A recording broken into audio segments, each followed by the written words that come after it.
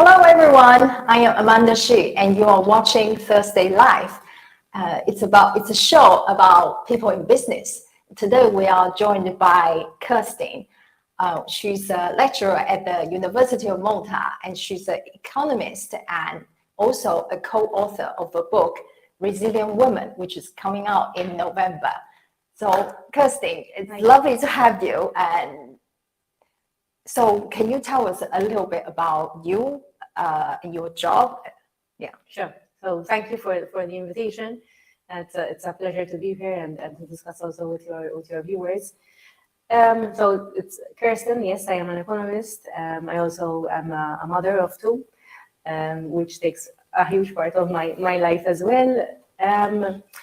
My work is thankfully very.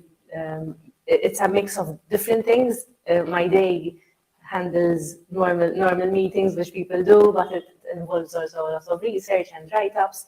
And I try to fill the role of providing the right advice to my clients. My clients vary from the public and the private sector. And the main reason for our work, for our existence, is to be able to produce and distribute goods and services in a country in the most efficient way. Yeah. Using resources which are normally scarce. Yeah. And minimizing the costs and maximizing the benefits of that production and distribution. Yeah. So that's a bit putting it in a very short way. Yeah. So a lot of people, you might thinking like, who is economist and what is economist? So as a photographer, everybody know like our photographer taking photos, and a grocery is like they sell grocery, right? And bakers, they sell bread, right? And it's like, I would say a little bit abstract concept about what is actually economists do. And if we have a 10 years old kid here, and how would you explain to that child, 10 years old? Okay, I think I would go about by going to the data analysis, which we are so fond of. We are so fond of our numbers and our analysis and the statistics. In fact, you will find many of us economists at the National Statistics Office, at the central bank, where numbers are rife. So we like to look at what has happened in the past. We study what is happening now, so that we can tell what is going to happen in the future. Not with a crystal ball, but with our models or simple equations. Sometimes even through studying patterns, and we can sort of understand where a situation is leading to. So I think that's also for a 10-year-old there. Okay, so I'm going to ask you some. I have my notes here. So here. Okay, so you just had a book, like you just finished a book, right? Yes. That's the co-author. How many authors they are? So we are 4 co-authors, and the brilliant person leading this production was Dr. Stephanie Fabry. She's also an economist. I have a huge respect for her, and she was the brain person behind all of this. But we're 4 in all, and there's also Professor Vincent Kassar and Professor Andrea Zopardi on the book. And Professor Zopardi he comes from the sociology aspect, and Dr. Vincent Kassar covers the psychological aspect of this book, which, yes, it's called Resilient Women. And it's about conversations about mastering life with 15 women. Wow. Yes. So how do you manage to co-write a book with everyone? Do you like having a lot of meeting with a lot of coffee, or how do you arrange everything? So first you need a very good leader, and that we had. So there was this idea. It came up from Dr. Fabry. She had this concept of developing a book where we're actually witnessing what women from different parts of life. So that was the context that we needed. We needed 15 women from different walks of life, and we wanted to assess how they managed to master, literally becoming a master of their own lives, and what were the challenges they faced and how they faced them to achieve the success which they wanted. So we had this, it's a very normal way of going about research. We devised the research method, we had the questions, we used to debate them between us in meetings, regular meetings, and then it was, when you're working with a group of professionals, if you share an idea, you'll get positive criticism. Yes. So anything is good. So ideas keep on piling up on each other, and more good is generated. So I think trusting each other is key. Trusting. So at the beginning, when the idea was born and until the book is finished, how long it actually took, the whole project? It's between a year and a half, because I am not sure how long Dr. Fabio has been had it in her head, but for sure we've been working for it for the past year, and seeing it start from just a discussion, and today we received snippets of the pages being printed at the it's surreal for me. This is the first publication. So I'm super excited to go to the bookshop and just seeing the book over there. Exactly. We were looking forward to get a copy as well. And so I want to ask you, like, what is the biggest lesson you learned from this book project? Right. It's a bit of a more of a personal lesson than anything academic. There is a lot of academic findings which are in the book itself.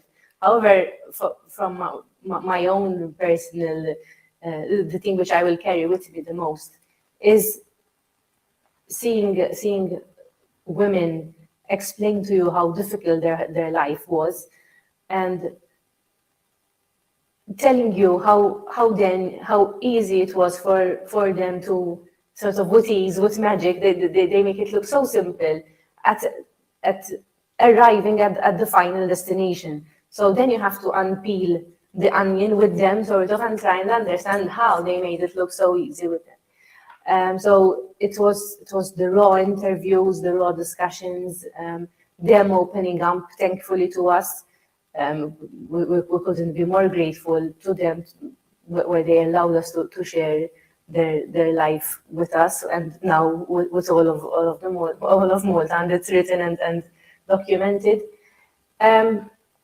And I realized how important it is for us women, but it could be anyone, for us as humans to share our stories.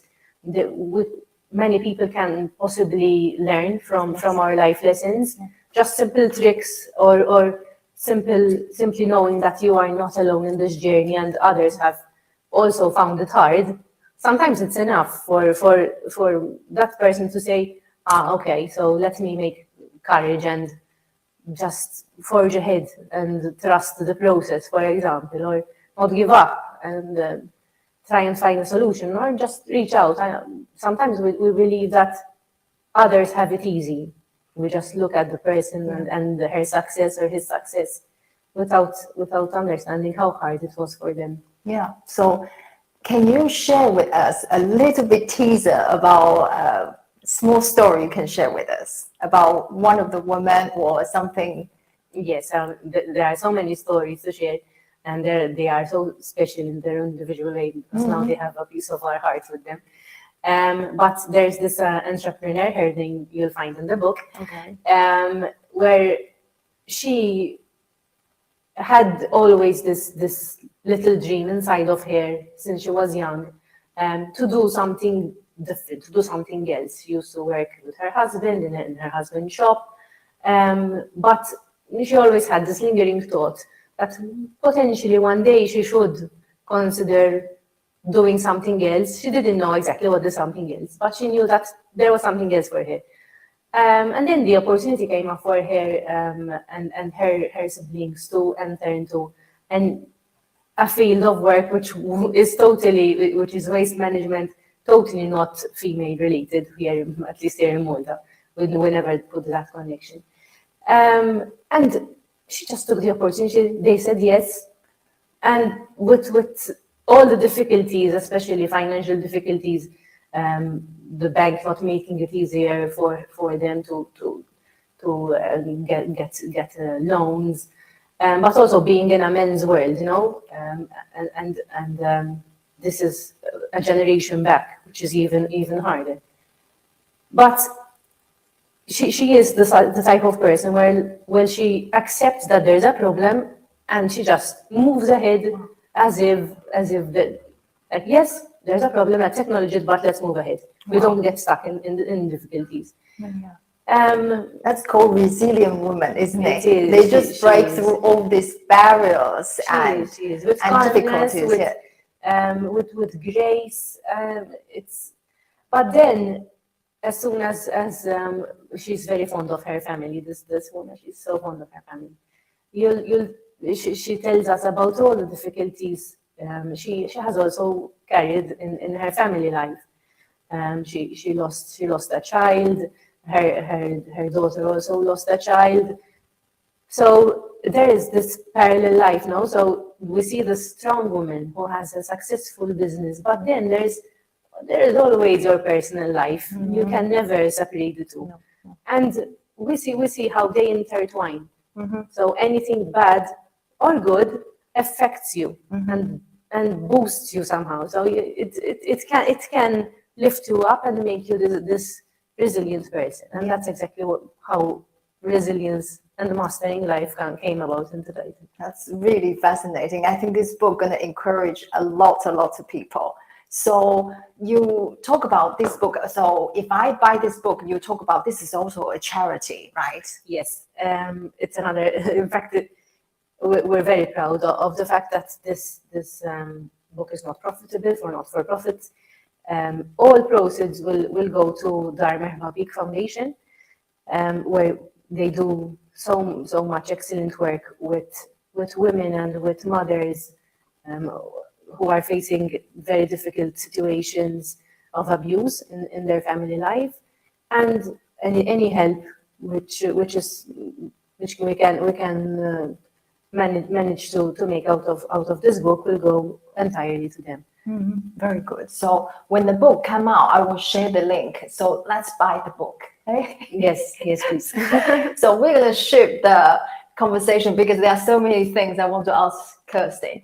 So next thing is I want to talk about more of her profession, economy.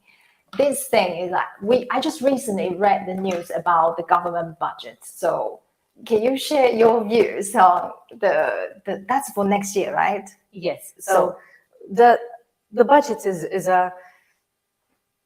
there's lots of expectations here in Malta about the budget. So it's often like the one and only thing that all of Malta is watching, except for the Eurovision. I think that also everyone sees that. And Malta's got talent too. So there's a lot of expectation coming from the budget, but really and truly, it's more of a way of showing people how government is going to distribute its finances over the coming year, over 2023. Oftentimes there is mention of many times of taxation, because that is the key way in which a government can generate revenue through the economy, and then they tell us how they're going to spend that money. Yeah. So this year we heard how the pandemic and the crisis in the energy crisis brought about by the Ukraine war has affected further the economy.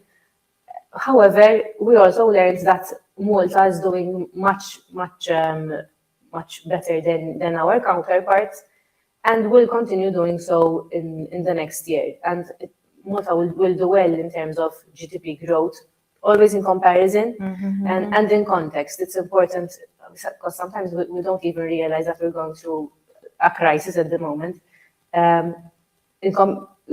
Whilst understanding the context, our country will have a GDP growth which is positive. Inflation was a key issue in this budget. I think the government has shown that it will continue supporting families and businesses through the payments of energy price hikes. I recall the sum of 600 million going to be paid next year. Wow. For a total of 1 billion between this year and next year. So that alleviates a lot of the financial pressures which our counterparts in other countries are facing. However, we also find that there is other imported inflation. So inflation, which unfortunately we cannot. No, at the moment. At least the government has not been able to mitigate, but it's a bit impossible because as an island we import everything. Actually, close to everything. So mitigating for that, there was compensation for the part of society which seemed to need it the most. Right. And that is another part of the economist job, where a key function is of government supported by economists is to redistribute wealth. And to make sure that equality is at the basis of society. Because equality at the end is also, it costs less. When it costs less in terms of the financial burden, but when you give access to people to opportunities, they get a better health. Their health is better, their education is better, less crime. So equality is cheaper. I run a small business, and I'm sure a lot of people like me are running a small business. And with the government budget I was reading, I was not like too comprehensive with everything. So would you advise to all small business owners next year, what's your advice? Should I be cautious? I think this budget has given a lot of comfort to businesses, myself included, that next year there isn't anything unexpected which could make us change our plans. It has given everyone, even households, the confidence to move ahead. It's going to be a normal year. The figures are showing, and we should continue doing the best we have always done for our enterprises. No hiccups being envisaged unless another crisis comes up, which is always a possibility, and it seems like every year something new is coming up.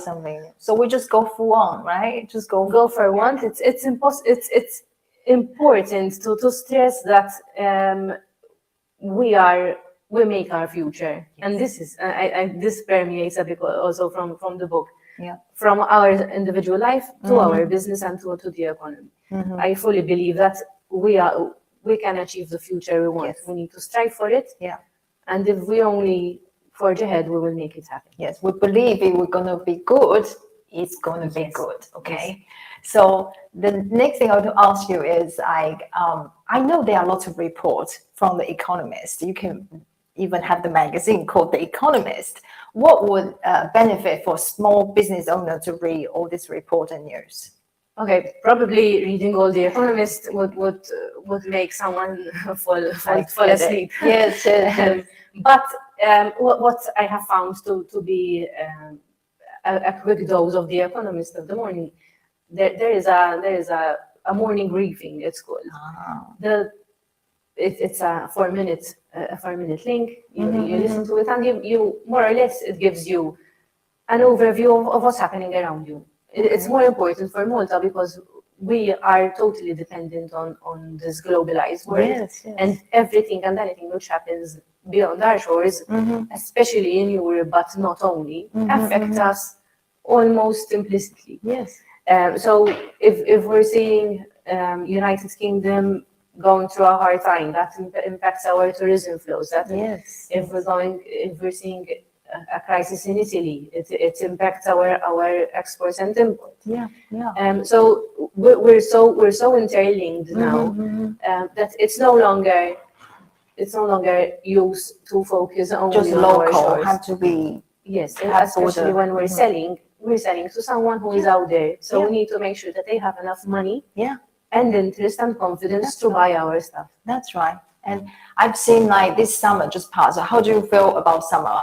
How was your summer? Like me, I went on the street. I was shocked to see so many tourists on the street, and there's restaurant, cafes, all packed, the restaurant, and also the hotels. There are people trying to book August, and it's all sold out, all booked up. It was like incredible. I think government really did a fantastic job to bring back all the tourism. So with that, it also give a little bit pressure to the island because I suddenly have so many people coming to the island. So what do you think? Yes, I think it was interesting to see how people's behavior came at play the summer especially. So if we remember, so we had COVID, we had people inside, we had people wanting to socialize, so there was this urge.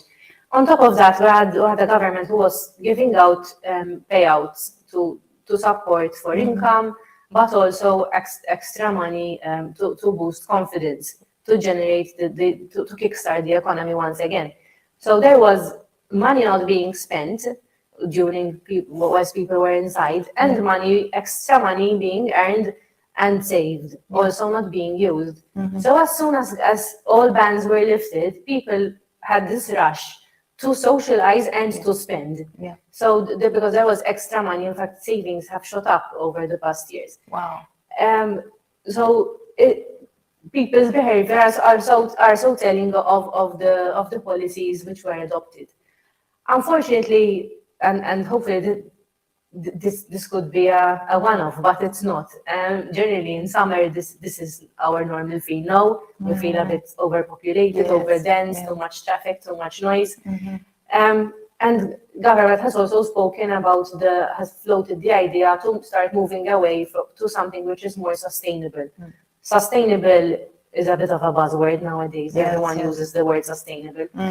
Perhaps what we mean is something which not only looks at the bottom line, how much profits, how much GDP we're making in a year, but also at how the environment is being impacted, how our quality of life is being impacted, what factors of production are we using. So looking at there's this word, the circular way of the circular economy, the circular way of production as well, which makes a bit sense. You put the human at the center, the person at the center, and all its needs, all his or her needs are around him, including his well-being, including mental health. So I see there's I have looked at some figures. I think in Malta, we have quite low unemployment rate. That which means like if you want a job, you get a job. And I have seen some people that actually come from abroad and they want to look for the job, and they actually have a good selection of job. They can be picky or choosy. So this is really good for Malta, isn't it? Yes, Malta has one of the lowest unemployment rates in the European Union. It is a good thing. Yes, we always strive for reducing unemployment. However, the further down we go, the less it means that we have less people available for enterprises who need to grow, who need to employ more. So the lower our unemployment figure, the less people available. So this means that if our country continues to grow, which is the indication, we would need to get that supply of labor from somewhere else. Somewhere else means internationally. We don't grow people, so we would need to get people, and that's exactly what has been going on over the past 6 or 7 years.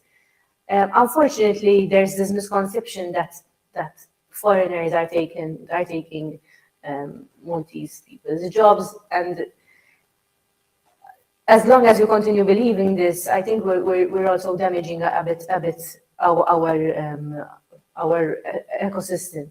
We need to understand that it's impossible to have enough Maltese people to fill in all of the jobs which are thankfully available. Yes, there is friction in terms of wages. Yes, competition in terms also of the labor market has pushed down wages. So the key message is to emphasize on education. Let's invest in ourselves so that we can have more to offer, better than any other competitor, being a our Maltese competitor who's applying for an interview and being the foreign competitor who's applying for the same job. So I think if we invest in us being more productive, we can get a better rate per hour for what we do. Yeah, and I want to talk about like we do business, small business, we all like trying to thrive and with selfish reason because we want to get paid, right? So we can afford different things, we can buy things we like, go on holiday. So, but with economists, their view is that I read something at home and it was saying like even you just doing something selfishly, you are helping the economy growth, right? Yes. Yeah. Yes. So the economy is made up of different parts, including us, who are contributing something. When we sell, we're immediately contributing to the economy. How? So if for example, I'm producing a nice pot, which I don't know how to do, but if I would be able to do that, it would probably mean that I'm going to the shop, I'm going to buy my stuff, and it would cost me €5 in raw material. But with my work and creativity, I will be able to sell that at €15, say, for example, if I get lucky. If they see my work, probably not. But if it sells for €15, then I have added €10 value to that stuff. Yeah. So that is value added, which is reported in government's final year reporting. Yeah. But what also happens is that if I employ, if I am buying, which I am, if I am paying taxes, those are all feeders into the economy in some way. And so everyone who is doing an economic activity, we call it any activity where you're selling or trading, is feeding the economy. Exactly. So I also want to ask you, like, what is public good? Okay. So a public good is unfortunately or fortunately something which is used by everyone. And if, let's use a very typical first lesson economics example, which they used to give us at least, it's the case of street lighting. So I need street lighting, everyone needs street lighting, but probably I'm not interested in paying it because I know that all my neighbors are using it. Yeah. And if I pay it, they will not. They will free ride my payment. And so here is where hopefully, oftentimes there's this gap in the market or gap in a sector, and the government needs to intervene. Otherwise, everyone will spend a huge amount of nights without light, unless there's the intervention. Yeah, that's a very good explanation. And we have done a photo shoot together. That was like when? Before COVID, right? It was before COVID, about 2.5 years ago. Yeah, so I have been seeing your photo with it on the event post and on magazine post. I was so excited every single time I saw the picture. I was like, oh, that's my work. So can you share with people some of your experience when how you did the photo shoot? How did you feel? Definitely. So this was the first time, it was the first experience for me to get a professional photo shoot just for myself. I had done it for the place I had worked for, but never for myself. And still the process was entirely different. So with you immediately guided me on what to wear, how to style, and you asked me what I am doing, and I'm questioning, why is she so curious? What am I doing? How will that affect what sort of pictures I need? But it did, and everything worked out. Yeah. So I remember you even guiding me on my jewelry, on how to style my hair. You even provided hair and makeup. So the meticulous amount of attention to detail you put in the process, but also your professionality, I think, was key, and it really put my mind at rest at knowing that this was going to be a fantastic experience. And I came to your studios. You took hundreds, I think, or thousands, I don't know, of photos. But you made me feel so. It was a treat, nearly. It was really a treat. Yeah. Where I had time to just enjoy time. Yeah, but before you didn't think like I think before you already have like people ask you for speaking, the conferences, stuff like that, but you didn't think you need to do a professional photo shoot. Thankfully, I have friends who are in marketing and communication, and they have always, there's this particular friend of mine who, as soon as I told him that I'm going to in self-employment, he's like, you need good photos, Kirsten. Okay, all right. So and I took his advice and went for it. But other than that, I would send my cropped out, unfocused photo to people, and hopefully they wouldn't use it, but yes, they would. Okay, so that's fantastic. Thank you for sharing that. And I think a lot of people will think like a photo shoot, you just go for, just stand in front of the backdrop and just take photos. But in our studio, we go a little bit further than that. We know that everyone has different character, different personality, and we really want that to show, to reflect in our photographs. So we go extra mile. Like Kirsten, when she came here, first thing is we have a chat. I get to know like what she does, what she specialized, and all these things I want to know. So I can bring out her character, and also would tell her like that this is more you, this is not you, so we take this direction. So I can advise her on like what to bring over to the shoot and what to wear. And for us, it's so important, like we capture the personality, not just a passport photo. That makes so much difference. And eventually the photo, even you come for a personal branding, eventually the photo gonna be 10 years, 20 years later, it's gonna be your legacy, like you left for your kids and your family. It's priceless, absolutely. So, okay, we're gonna come back to Kirsten now. So the last question, can you tell us your next project, next exciting adventure?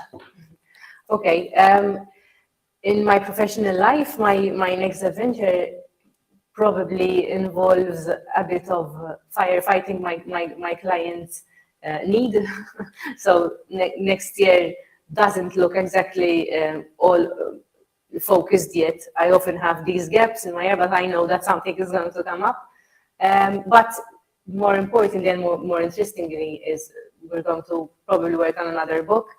It will be something different, but I'm grateful that during my self-employment experience so far, I have met so many incredible people who rope me in, and I rope them into different projects. So I'm not always sure what's coming up next, but I always say yes, even though I'm not entirely sure of the how, the steps. But yes is important, and then how we get there is secondary. Yeah, that's great. That's the entrepreneurial spirit. Yes. So thank you guys for watching, and I really enjoyed this conversation with you. So I'll see you next week. Bye. See you.